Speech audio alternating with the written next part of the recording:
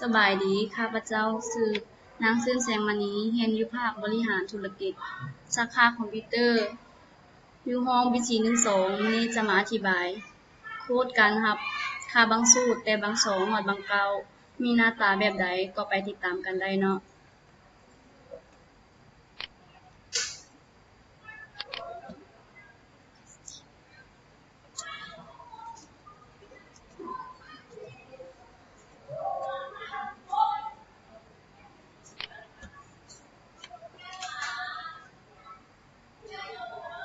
อันนี้แม่น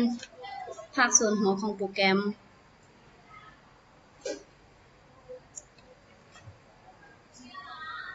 อันนี้แม่นการเริ่มต้นเขียนของโปรแกรมอันนี้แม่นชื่อตัวเปลี่ยนอันนี้แม่นเงื่อนไขตัวเปลี่ยน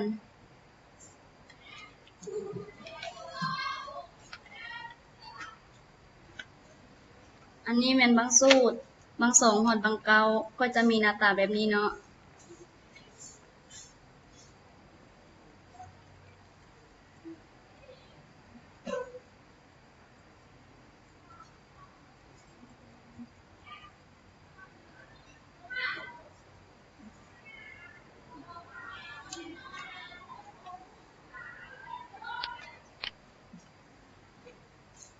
อันนี้แม่นปิดวงปิดกาหรือว่าจบการเขียนโปรแกรมหลังจากที่เราเขียนแล้วเราก็จะไปคอมไพล์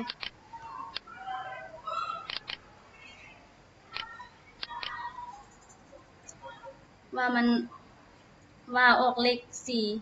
4นี่ก็จะแสดงว่าเลข0 4ตัวนี้ก็จะแสดงว่าถูกต้องหมดแล้วเนาะ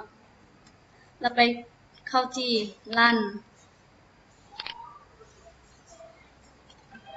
หน้าตาของมันก็จะเป็นแบบนี้เนาะบางสองฮอดบางเก่าเนาะมาฮอดนี้การอธิบายโค้ดของน้องก็จบเพียงเท่านี้ถ้าหากบ่ตกบกพร่องประการใดก็ขอโทษมายังที่นี้ด้วยขอบใจ